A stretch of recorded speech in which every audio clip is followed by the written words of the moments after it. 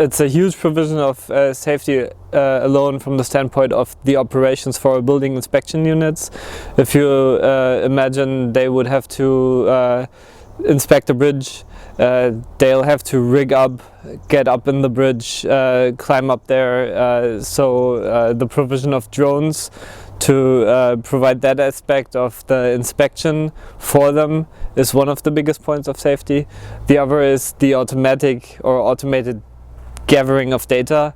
If you're gathering data automatically and you're able to survey many more infrastructures during a year than you would normally be able to, that just increases safety of the bridges, because you can find cracks or detect any faults that might become dangerous if they were not seen or registered much sooner, much faster, much more efficient, and in that way it provides to the overall safety in the Port of Hamburg.